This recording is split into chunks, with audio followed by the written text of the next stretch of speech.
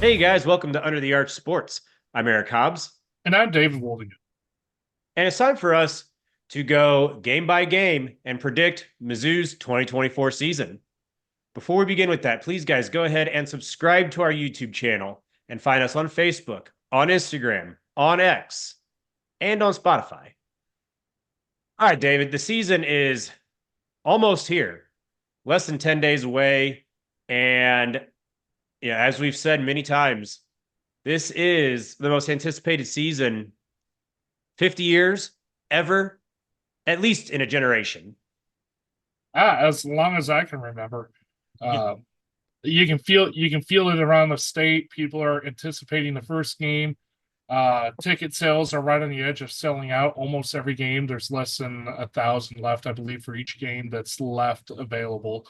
Um, I mean, I don't know what else to say other than everyone has their eyes on Mizzou right now. Mizzou voted number 11 to start this season in the AP and coaches poll, 11 in both, and a legit chance at the college football playoff, legit hopes. Very quickly, David, 12 and 0, doesn't matter what happens in the SEC title game you're in, obviously. 11 and 1, that probably doesn't matter what happens, you're in. 10 and 2 is where it gets really murky. 9 and 3 with Missouri's schedule, you can forget about it. All right. 10 and 2 is where it gets murky. And David, there's two things that really will factor into this. And one of them is, what everybody else does as far as looking within the SEC at schools like an LSU, perhaps a Bama, maybe Oklahoma gets up there. We'll see. Ole Miss, schools like that. And even outside the SEC, when you're looking at like a Utah, a Notre Dame, maybe a Penn State, Florida State, schools like that fighting for, those 7, 8, 9, 10, 11 seeds, with the 12 probably being a group 5 team.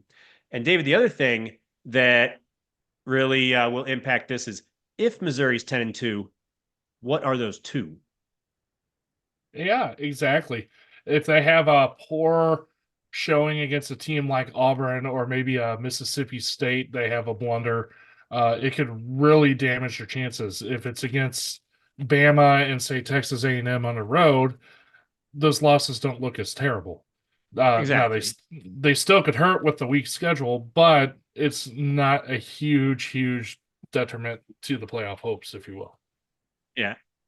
And make no mistake, this schedule that we're about to run through, for most conferences, very hard. For the SEC, it's as easy as you could ever hope for. No Texas, no Ole Miss, no LSU, no Tennessee, no Georgia. All right. You're playing at Bama, yes, but it's year one after Nick Saban. Come on. All right. So let's get right into this, David. The first four games we're going to lump together. All right. The Thursday night, the 29th, against Murray State, followed by the Saturday, the 7th. You got Buffalo, then Boston College, then Vandy. Three consecutive Saturdays after the Thursday night home opener, all in Columbia. Any drama there, David? Not at all. I'd say the biggest point or biggest drama you might see is against Boston College, and it's more so not because they can't beat Boston College. It's just I think it's going to be one of those game managed games where they're ho hum, if you will, and it's going to be a close one, but they'll still be in control most of the time. Yeah, 11:45 kickoff for that one. Could be just a sleepy game where Mizzou just keeps them at arm's length. But I'm with you. No serious drama. Mizzou wins something like a 34-23 type of a game. And the Tigers are 4-0 heading into the first bye week on the 28th, ahead of their first road game and first real big game, October 5th, somebody's birthday, at Texas A&M, preseason number 20. And well, David, this one, I just have had a bad feeling about it the whole time. I'm putting this one down as a loss for Mizzou. Again, it's not a deal breaker, a devastating loss. I mean, it hurts. Missouri's absolutely game, but in what may be a top 20, could be a top 15 matchup, I think the Aggies, big time environment. I think they're going to get it done at home. Uh, Looking at the history of Mizzou down in Texas A&M, I honestly think Mizzou can pull this one off. And I know it's been a long time since Mizzou has played down in Texas A&M, but they've had a good track record for whatever reason going down there and winning. So I have this one as Mizzou winning. Um, Again, they have a new coach, so they're still going to be figuring things out as well. So it is definitely going to be a really interesting game, especially because they do have the talent down there. And as you said, the environment's going to be crazy, especially if they open up the season knocking off Notre Dame. Yeah. And to your point, trying to remember off the top of my head, you can correct me in the comments if I'm wrong here, but I'm pretty sure Mizzou won at A&M in 2010, 2011, got smashed in 2012 down there against Johnny Football, won at home against A&M in 2013, the famous game, and then won again in College Station in 2014. So 3 times in 5 years getting a win at Kyle Field. Certainly possible. That this is where we disagree. Now, either way, the next game at UMass. Why is beyond absolutely anybody except for, I think it was Mac Rhodes actually, who scheduled this strange game, but whatever. Mizzou wins by 100. And then homecoming, Auburn. This will be an early kickoff, 11 a.m. or noon on the SEC network. Again, it'll be similar to the Boston College game, I think, where I don't know that they're going to be a sleepy, but because Auburn's good enough, Mizzou will just have to keep them at arm's length. They won't blow them out, but a win is a win. And I agree with you. I have Mizzou winning this one. Uh, Drinkowitz coming from the Auburn tree a little bit there. I think he's going to have his guys ready because that's a game he's not going to want to lose. Plus, Yeah. I think he still remembers a couple of years ago when we went down there and fumbled Oh, that game away. yeah, It that's a still good gives point. me nightmares. He's going to have the team ready to play, so I don't think it's going to be an issue beating. I do have us beating Auburn. Yeah, guys who were young in that game, like a Luther Burden, freshman that year, they'll be reminding the whole team about that. They follow that up with a trip to Tuscaloosa. If you're ever going to win at Bama, year one after Nick Saban's the year to do it. That is going to be afternoon or night game.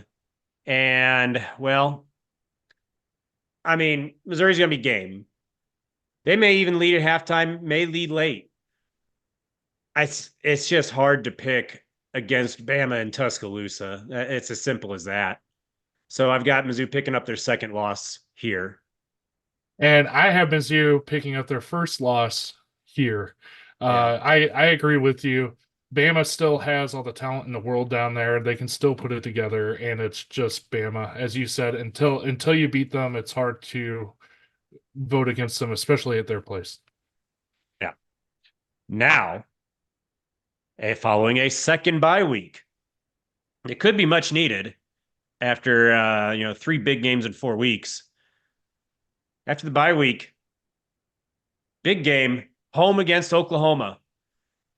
This is one where I think the all the online chatter and back and forth and everything, I think honestly that gives Missouri an edge. I really do. I think Drink plays it up internally, and that's a bitter game. It's a hard fought game, but Mizzou wants this one more. I promise you that. It kind of reminds me of the 2010 game, just the magnitude of the matchup. In all honesty, and again, that could change as the season goes on, depending on how Oklahoma is doing too. But that's kind of the feel I get from this game, like before the season starts. But I agree with you. I think Mizzou's going to be ready, and it will be a close one, but I think they'll pull it off. Yeah, that game flex. It'll be afternoon or night game. After that, Mizzou will have back-to-back road games. The first, November 16th at South Carolina. And this will be an afternoon kickoff, 2:30 or 3:30. This is a strange series where, for the most part, the games are close. Missouri's clearly the better team. I think at this point, South Carolina maybe desperate for a bowl game so that they might be up for it. But Missouri's just too much. Yeah, and as you said, this series has been quite a battle between the two teams, quite honestly. Uh, and a lot of times the worst team has won, so it's going to be real interesting to watch. But I believe this year Mizzou's just going to be too much for South Carolina, and they're going to come out on top. Yeah, I think that is the bigger of the two trap games here, road games against what might be perceived as lesser competition. The second being at Mississippi State, trip to Starkville. That is another 2:30 to 3:30 afternoon kickoff. And well, Mississippi State, this side of Arkansas and Vandy might be the worst team in the league. I Even if they're up for it, I don't know if they have the offensive firepower to keep up with Missouri. And that's if they're up for it. I got Missouri pretty comfortably. I agree with you there. Um, with everything you said, the only other thing is the cowbells. We're gonna have to deal with the cowbells, but Yeah, that's unfortunate. I think Because Missouri has played at Mississippi State once since joining the SEC, and that was the COVID year. yeah. So Mizzou has never had the full experience of 55, 60,000, however many people the place holds, cowbells going off at once. So that'll be But awful. I do agree with you, and I do think this is the one of the few games in the SEC where Mizzou will just out talent the other team. So I think they'll win this one quite comfortably. Yeah. Speaking of season finale, battle line rivalry against Arkansas. Don't call it a rivalry. Yeah. Biggest question here. Who's the head coach? Is it Sam Pittman or is it Bobby Petrino by then? That's really it. Yeah. I think this game will go about as well as it went last year, quite honestly. Uh, Yep. And be there you have it, guys. David has Missouri 11-1. I've got him 10-2. With that 11-1 mark that David has, we don't know what the SEC tiebreakers are yet. They have not been established. If there's a bunch of teams at 11-1, who would make the SEC championship game? So maybe Mizzou would win that tiebreaker. Who knows? It would be relevant to Missouri if they're 11-1. 10-2, they're not making the title game, I don't think, but they are firmly in the discussion for the college football playoff. And then it's just dependent on what other teams do, frankly, because I do have two quality losses, no blunders. And there you have it, guys. Either way, we think this is a good season.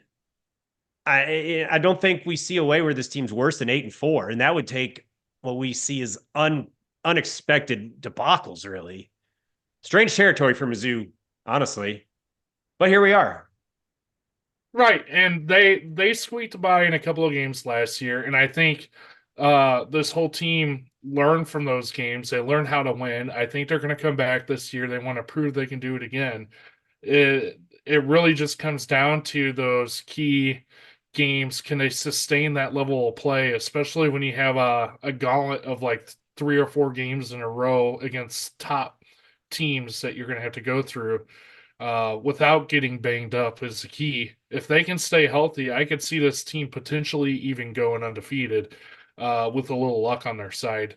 So if they can get through that gauntlet of 3 or 4 games without losing anybody, that's going to be key to the season. Yep, I totally agree. If if there's ever going to be a season where Missouri, like, yeah, I could see them going undefeated. This might be the one.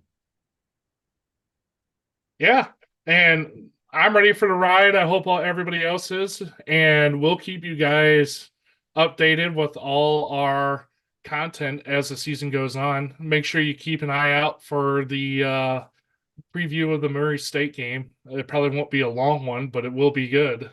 So keep an eye out for that, and let's get the season rolling. Thank you guys for watching Under the Arch Sports.